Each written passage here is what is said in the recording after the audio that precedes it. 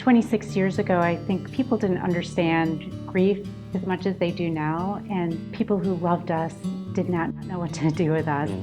We needed to tell our story, but they didn't. I think they were afraid of bringing up her name or bringing up the story. They didn't want to cause us pain, but they didn't realize it was actually healing and that we love hearing her name. Back in 1993, Lynette and I were pregnant with our first child. I got a call that Lynette was in labor and headed to the hospital. And we were actually kind of excited. It was early. It was in her 8th month. Went to the hospital and they couldn't find a heartbeat. That's when we found out we lost our daughter, Courtney. She was beautiful. She had black hair, thick black hair. She had a Rivera nose and a Rivera chin. On her gravestone, we actually put Romans 8:28, which all things work together for good for those that love him and are called according to his purpose. And people look at a tragedy like any of these losses and think, how can anything good come out of this?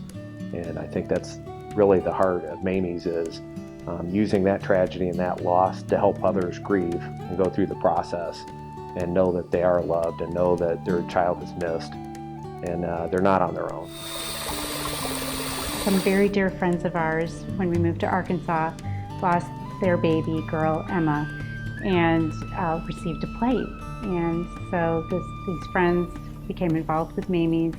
They knew that there was an opening for an artist, and they knew that we had lost a baby. And so I applied and got the job, and it's a perfect fit. Generally, before I even start, I say a prayer and just asking for guidance, because I want so much for the family to love their plate and appreciate all the care and concern that go into it. Lord, I pray that when they open this, also praying that those families will just feel the love, feel a hug, that they'll be comforted that their baby has been acknowledged and honored with the plate. 26 years ago, I never could have imagined that things would have progressed so far. And what an honor it is.